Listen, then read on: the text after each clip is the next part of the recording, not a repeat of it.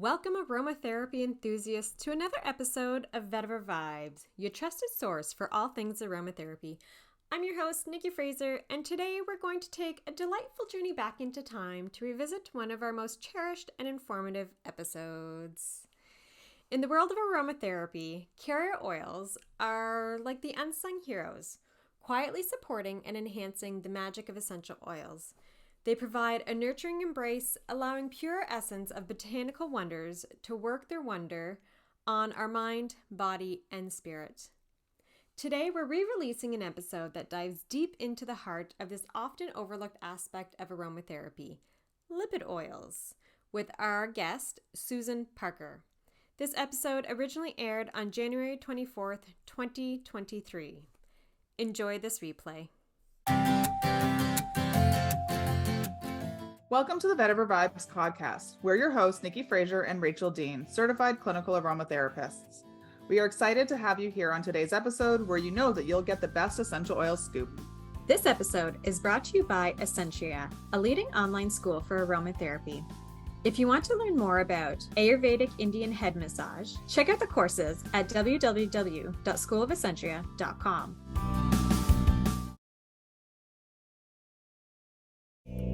Welcome to this week's episode of Vetiver Vibes. We are very excited to have Susan Parker with us.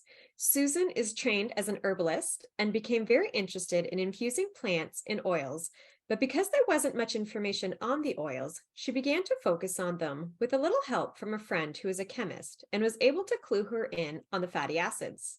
This led to a self-published booklet, and after 20 years of running an herbal product business, her book, Power of the Seed, was published. Susan continues her oil research and has become obsessed with looking at the oils by the botanical families, as there is so much to discover about them. So welcome to the podcast, Susan. Yeah, that sums it up. So one thing we like to ask all of our guests as we start off is, what would be one of your favorite oils or aromas? Now, most people go to essential oils with this, especially with the aroma. However, since we're going to be talking a lot of carrier oils, lipid oils, I'll leave that up to you as to where you want to go with your answer. Well, funny you should ask. Somebody recently asked me in one of our Facebook groups. And so my standard answer is like, you want me to choose among my children? Right. Very much a Sophie's choice to me, because it kind of depends on the day or the season or what's going on at the time. Yes. Yeah. So what would be your go-to right now? Because it is true every day, and I find even morning to evening can change as to what my selection would be. So in this moment, what would you say? Well, interestingly, I had remembered kind of some of your questions that, we would be talking about. And so this morning, because I always put, after I wake up and kind of shower and stuff, I put oil on my face because that's all I use anymore. And so this morning I grabbed the pineapple seed oil, and it literally has a pineapple scent. It's a nice one. It's light, very light, maybe too light for, it's getting cold here. I like a bit more saturation or very longer fatty acid chains, and we're not going to go down there. That gets very complex. It's funny, it's not even complex. Lipid oil chemistry is nowhere near as complex as essential oil chemistry. And I tell my students, it's made up of fatty acids, right?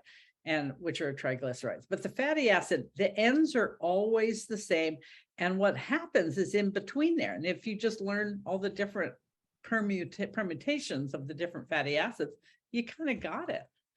See, that's the part that scares me all the time, though, because I'm like, it took me so long to even wrap my head around essential oil chemistry, aroma chemistry that way.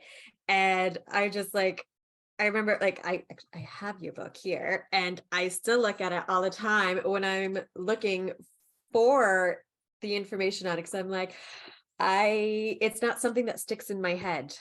Chemistry, I have to relearn it like every month, I feel, when I'm answering questions or looking to do stuff, because it just doesn't stick in my head. I don't have a chemistry brain, apparently. Well, I've got the fatty acids down pretty good now. That's good. But I mean, and this is where it's great to have the reference books, because Yeah. exactly for people like me, where I know it's not going to stick, I relook at the same information when it comes to chemistry literally every week, and it will not stick. I can remember other stuff, no problem. Chemistry.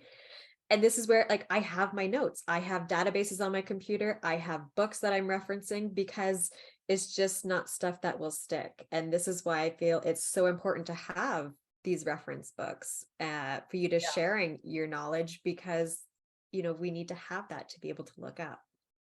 Well, the only way I can begin to remember it, and to the point where I can work with it, kind of intuitively, is to write it down. Mhm. That's where Yeah. all of this came out of. And I thought to grab the original.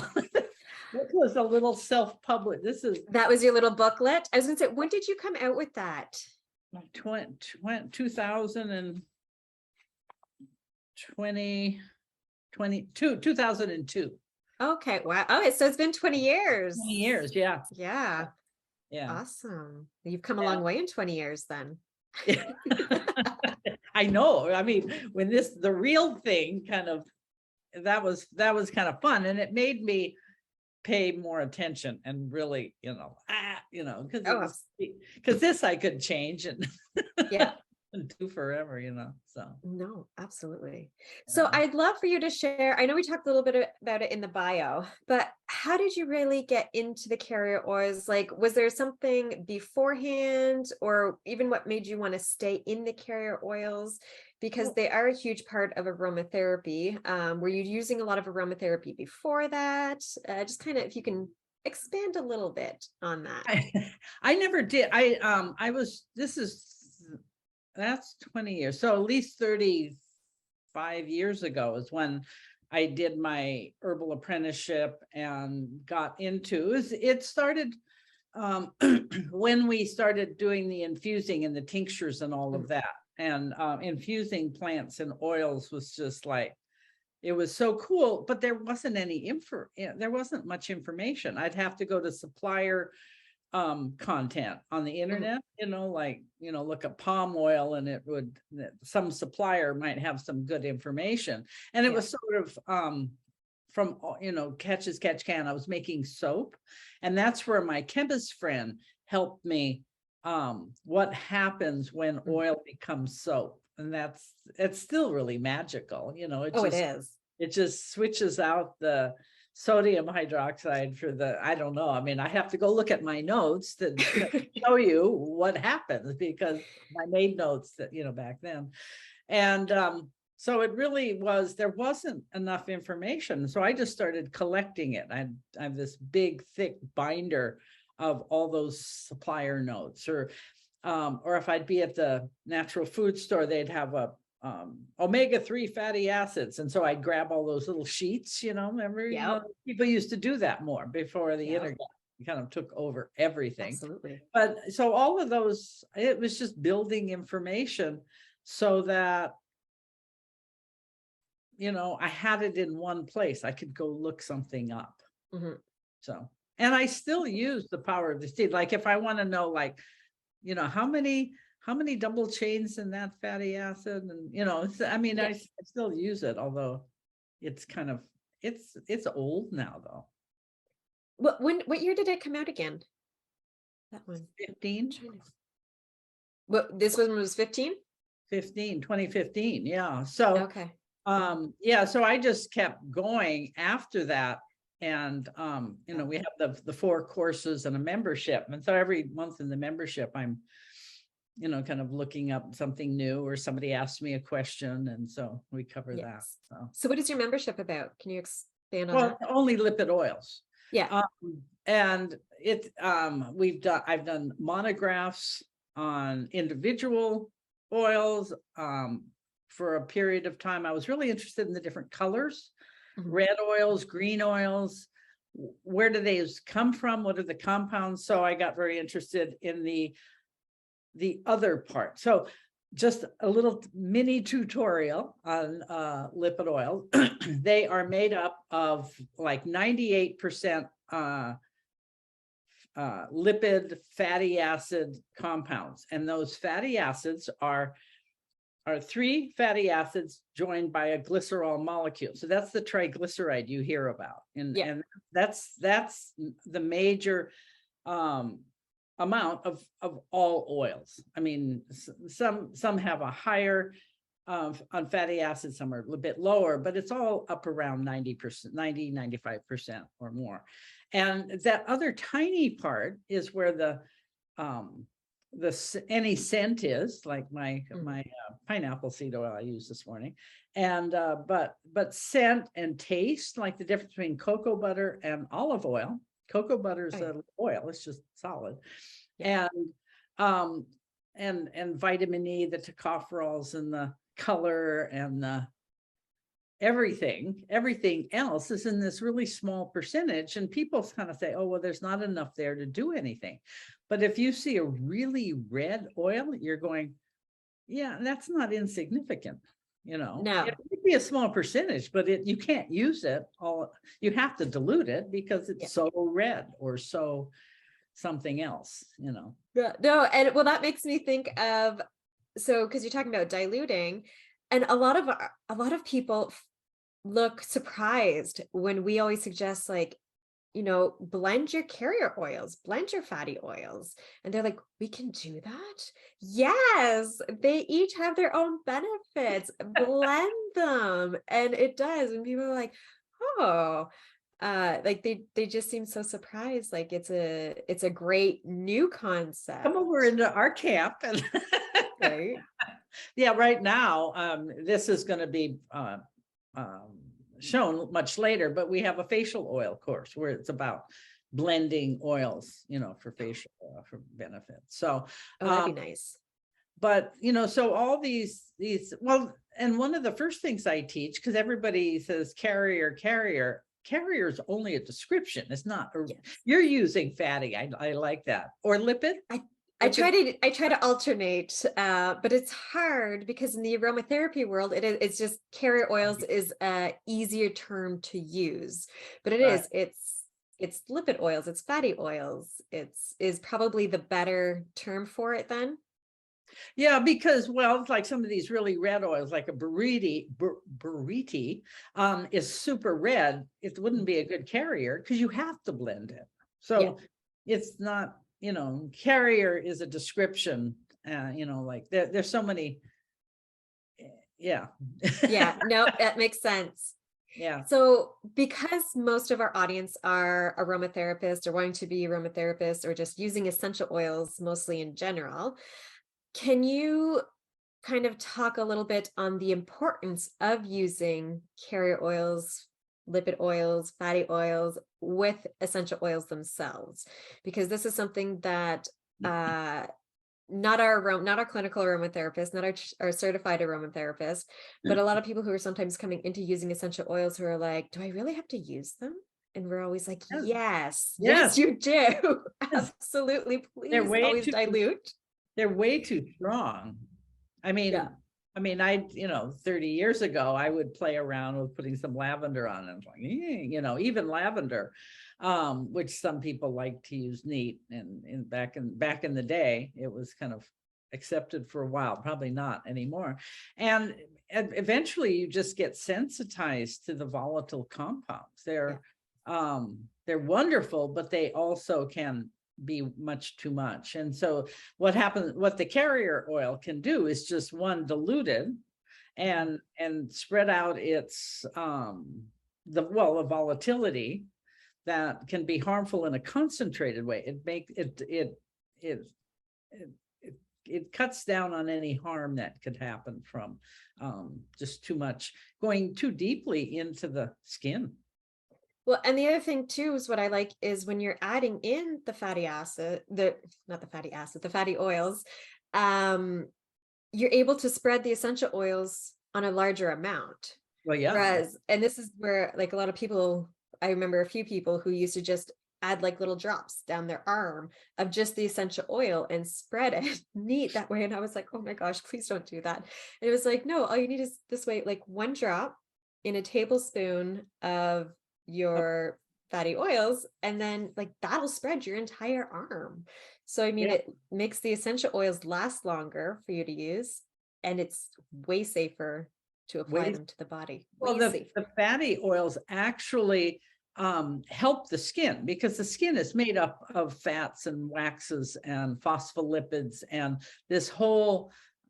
I've just been doing a lot on the skin for this course, and if the skin is deficient in certain, because there's two essential fatty acids, right? It's essential nutrients that you need, that the body doesn't synthesize. It has to take it in somehow in food. And so there's two essential fatty acids. And one of them makes up a large part of the ceramides, which are which is the fatty kind of matrix. It's the most outer layer of the skin. And if you're deficient in that fatty acid and you apply oils topically, the skin can take what it needs and improve. And too many times, if you're deficient in the fatty acid, then it can cause eczema and some of those skin challenges. But essential oils are only going to make those worse, because it's going to be too much of an irritant in something that's already damaged. I mean, Absolutely. so that's something else to keep in mind. So. Yeah, and actually that makes me think there's been, and I've seen it a few times floating around, about how using aromatherapy products topically can actually damage the skin long term. I can And imagine that, yeah. and I could see, like, if you're not diluting them properly, absolutely. But in my head, I'm also saying, well, don't forget that this is where there's a difference in aromatherapy, that people aren't looking big picture. Aromatherapy doesn't equal essential oils. Aromatherapy equals essential oils, carrier fatty oils, hydrosols, all of it. Yeah. And we stress a lot that you don't need essential oils for a lot of things, especially when it comes to children, when it comes to babies, any kind of broken skin, anyone with severe compromised health conditions. A lot of times, just the fatty oils will do an amazing job, and we don't need to add essential oils to it. Yeah. No, And that's true. and people always look amazed when we say that too. We're like, you don't need essential oils in every single thing that you do. Like you said, your morning routine of just the pineapple seed oil, which I didn't even know was an oil until right now. So I'm excited to look this oil up. It's kind of a brand new one, and I'm always looking. I even have a watercress seed oil lately, and which doesn't have any aroma. But what's interesting about watercress is it's part of the cabbage family. And mentioned in the bio, I've gotten, because I trained as an herbalist and I've always gardened, my whole life. What's interesting is what I found looking at the fatty oils. When I started to organize them by botanical family, I could see themes within the family of how the oils are constructed and how then you can use them. And that's really fun. It's kind of a puzzle and I can find patterns and stuff. So that's been kind of what I've been pursuing lately. So that's a really neat way of doing, like, and it makes sense. It makes sense that you can see the patterns, because that's why, they're in the same families, because they have similar things. But just when you actually take the time to dive deep and to look at them and classify them through that way too, you can start to see those patterns, which is actually really neat. Well, an interesting family is a rose family, right? You have all the berries, rose hip and blackberry and strawberry and raspberry. And then you have the trees. You have apple and apricot, almond, peach.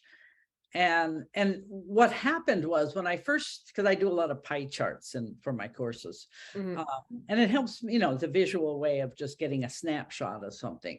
And so when you start putting the pie charts together, there used to be like two distinct fatty acid groups within that family, and all of a sudden it's kind of like poof, now there's four. know. And so I keep going, oh, that goes there and that goes here. And, we have these family groups and it's a lot of fun. Oh, that's really neat. And I agree with the pie charts. Anything that you can have that's visual just to help remember and to see it is always helpful. We do that for our essential oil charts in our course.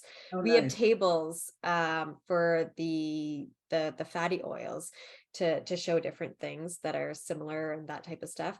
But then we have a circle pie chart for essential oils. But that would be an interesting way of doing it Yeah, too. yeah. We are trying to spread the word about the safe use of aromatherapy to as many people as possible. It only takes 5 seconds to leave us a rating and review on Apple Podcast or wherever you're listening to us, and it helps us become more visible.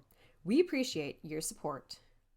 As this is going to, well, right now, as we're recording this, but even when this is going to air, it's winter time. Well, I mean, we got dumped on with snow. We've had snow for almost a week now. It'll be a week tomorrow. We went from 18 degrees to -3 pretty much in a day. And we're dumped on with snow, and we've had snow all week now. But even when this airs in January, I'm sure there's snow outside.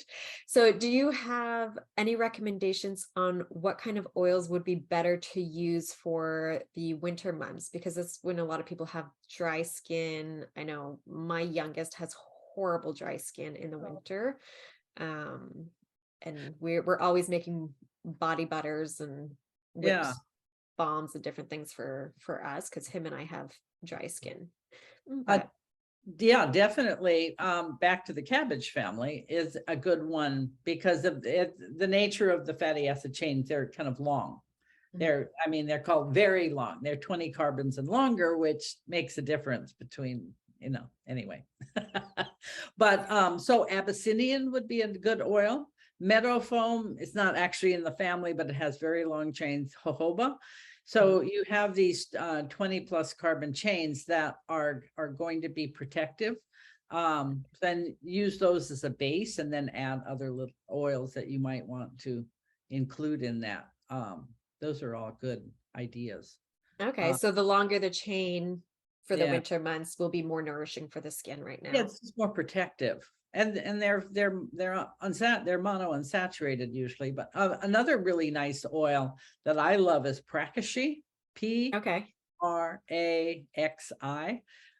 It's a Brazilian oil, and it has a wonderful range of these very long chain and mono unsaturated and polyunsaturated. It's a nice balance, and you could just use something like that. I'll have to look that one up. Yeah, that's Yeah, a nice. nice. Cranberry is a wonderfully balanced oil. Doesn't have the very long chains, but it has enough oleic acid to be protective, and it's a nice one. So Yeah. And now, so coming to winter to summer months in a few months, would shorter chains then be better for the summer months? more unsaturated, like grapeseed or raspberry seed. Because those are just more lighter. I know, like I like to use Lighter, yeah. grapeseed, especially in the summer times. Yeah. So just like passion flower seed oil. Yeah. That's a nice light one. There's so many. Yeah. Oh, I know. Yeah. I mean, we have in the membership, we have a database that's it's over 160 oils, lipid oils at this point. And most people don't have a clue how many there are, No, I was gonna say jojoba, what do you want? Yeah. So yeah. And yeah, I like to stick to my kind of, I'll say my top 10. And I personally can't use nuts because I have a tree nut allergy. So I can't use a lot of the nut oils. So those aren't even in my repertoire of when people are, I'm always like, well, apparently these ones are good. I can't say firsthand though. you can't use almond. No, I can't use almond. No, which I know is a lot of really great benefits. A lot of people love almond oil for different things. Apricot is said to be not as much of an allergen. It's not as allergen. Like almond is, and they're so close. The fatty acids are very similar. Yeah. Yeah, so that would make anyone who does have tree nut allergies like me, that would be a great substitute for it. Yeah. And we have a lot of people who are massage therapists Mhm. who are using, or masseuses, depending on where you are in the world, what you call yourself, but who use a base oil, and Yeah. then some of them are adding in essential oils, some of them aren't. Do you have an oil that you would say, because the biggest thing is always they don't want to stain their sheets, which is where a lot of people usually use the fractionated coconut oil because they don't want their sheets stained. Um, would you say that would still be a good one for that reason? Or do you think that, For like, massage, it's okay. I don't like it for skincare, fractionated coconut, because it's only a fraction. It's only two of the many fatty acids in a coconut or mm, any palm, any of the lauric acid high palms. And so it doesn't have any of those unsaponifiables, those vitamins or minerals or anything like that. yeah, And it's saturated, which is good for massage, but for skincare, I can't use it. And then some people are really kind of react badly to either coconut, fractionated coconut, or the MCT oils. yeah. My daughter gets, she says that she gets this cardboard smell after something's been on for a Oh, while. really? Interesting. Yeah, and so if she'll buy, she'll go buy some high-end skincare oil and she'll put it on, and a half an hour later it smells like cardboard. She knows they've used mostly fractionated coconut, which is really cheap, right? I So was gonna say, if you're going for high end, you would yeah, think you would it's get a not, higher it end. should not be. Yeah. Marketing. Oh, absolutely, absolutely. And I think that's where, it is one of the most popular oils. You hear about it all the time. I think just because it's easy to find and it's easy to grab. Doesn't go But bad. that's the thing, right? A lot of people are looking for a long shelf life. Yeah. And they don't want to stain. I don't, like, as I said, when I give massages, I typically do grab the fractionated coconut oil because I don't want to stain my sheets. I've ruined too many sheets due Mhm. to stains and I just can't wash them out. Even if I wash them right away afterwards, and I'm like, Yeah. but when it comes to making body butters or making blends or making whatever, like it's not something that I typically go for at all, because I want something that is, I'll say, richer, but just more I'm looking for different qualities More, in the more of fatty the oils. elements of the Yeah, natural oil. absolutely. So do you have a favorite response when people do say that, carrier oils don't matter, or, you can just use whatever oil you Oh, want? What goes through oh, your head, or just what use go the carrier oil, right? Okay. I have 160 here. Which one do you want? right? And I know it's something that unfortunately people just don't think about enough. And so even when you say 160, like, that just blows my mind, because I know there are a lot. Obviously, I know there's a lot. When you just look at the plants, you see how Yeah. many plants Yeah. there are. There's going to be a I've whole lot of seen different. worthy of pressing. Yeah. Yeah, exactly. Yeah. Um, do you have one that, like, when someone is macerating oils, infusing oils, different things like that, does that make more of a difference? Because again, I know each one will have, depending on what you're looking for in the base, what those benefits you want. But is there some that you might want to look more towards infusing with, or For less infusing, infusing? olive is the kind of the standard. It's been used since the Romans, right? Or the Yeah. Greeks, maybe even. Olive's okay. When I was making products, I started making a facial line, and the olive was too oily feeling for me. Mm, And so I somehow got on the idea of sesame, not toast. okay. And sesame really worked. It was lighter and it held up well. And then so years later, when I understand the fatty acids and I look at the profile, it has a good measure of polyunsaturated, but it has enough natural, I think there are polyphenols in there in the unsaponifiable that keep it, give it a really long shelf life. So some of that small part that I was talking about, that can bring a lot of stability to some oils. Yeah. Right. Okay. Like flax, they'll go off fast, and rosehip and a few, but others will, can last longer because of other parts. Yeah. Yeah. Anyway, that's No, kind of go that's into. great. And I've used sesame oil when I do a few of my infusions. And often it depends on kind of what I have on hand too sometimes. Yeah. But that makes me think as to one thing I did think of that I was trying to think of earlier is, now, does it make a difference where you get your oils? Can you get oils from the grocery store? Does that make a difference? Because a lot of people have, depending on where they are in the world also, Yeah. because like I know we have students worldwide, but some of them have a hard time finding certain oils.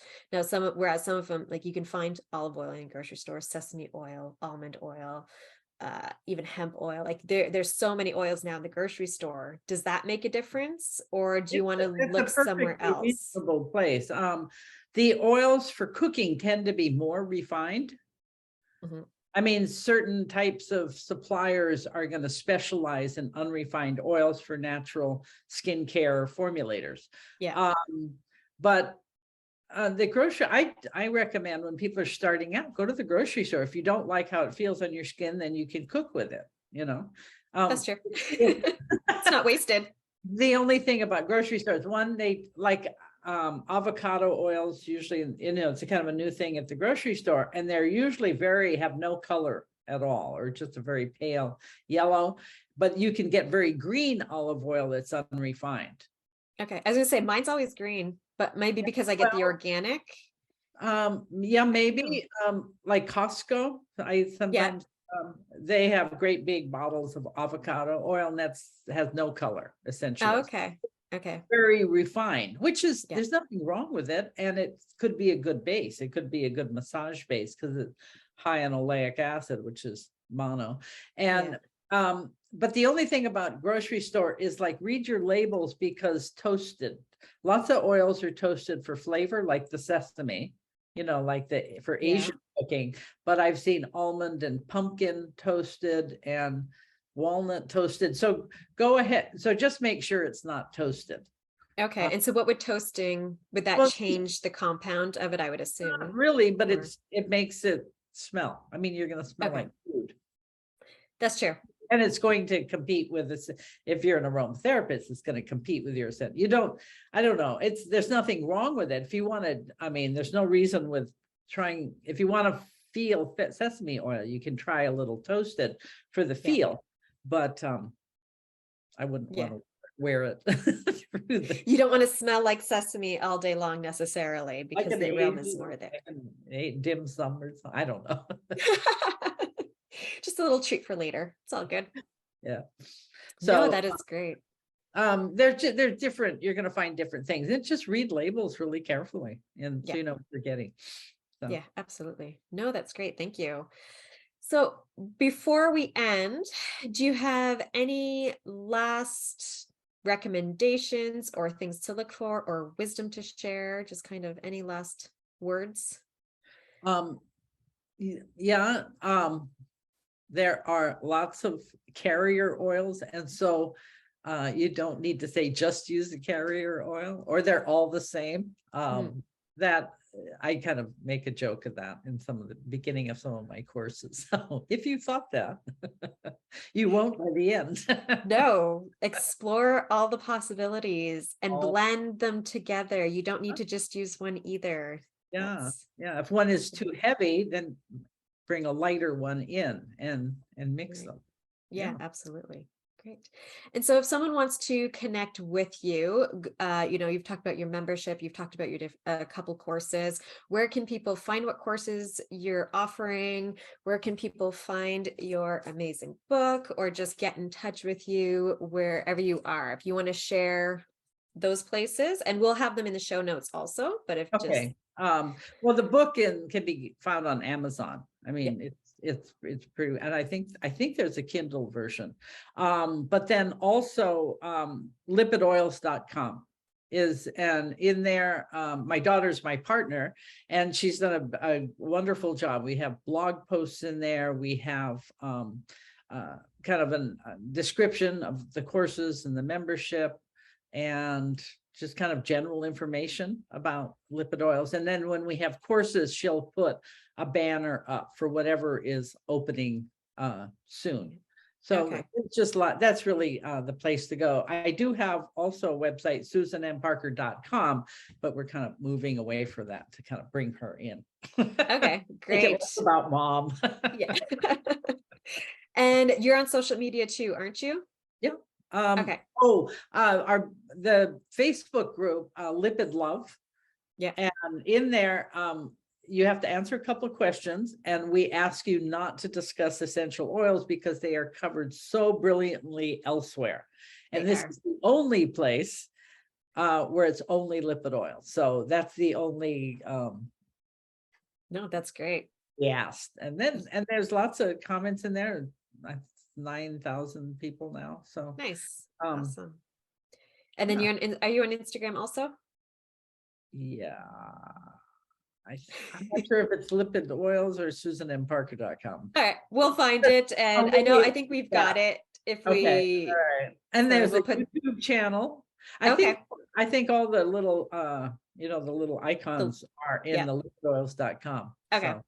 And we'll look it all up. I know you put a few when we were contacting back and forth, but we'll make sure that we have all of them too in the show notes so people can find you wherever they're looking. So. Yes, if you know your essential oils, now you have a new project.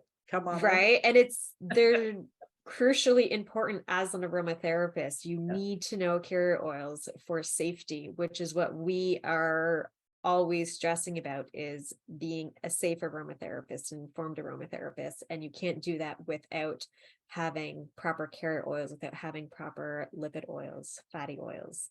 Right. So absolutely. Well, thank you so much for joining us today on Vetiver Vibes, the Essential Oil Scoop. We will see you next time. Great. Bye. Nice to meet you. Thank you for spending your time with us here at Vetiver Vibes. This episode was brought to you by Essentria, a leading online aromatherapy school. Don't forget to check out some of our free resources at www.schoolofessentria.com. If you love this episode or you got a lot of value out of it, please make sure you share it with someone in your community who you think would enjoy it too. If you haven't already subscribed or reviewed the show yet, you can go on over to your preferred streaming platform and hit subscribe, then leave a review. This is the best way to help support us, and we appreciate it. Email us with a screenshot of your review, and we will send you a free guided meditation as our way to say thank you. This podcast is for information purposes only. We are certified clinical aromatherapists and holistic health professionals. If you have a medication concern, please refer to your health team. Everyone's health is unique to themselves, so the topics and suggestions stated may or may not apply directly to you.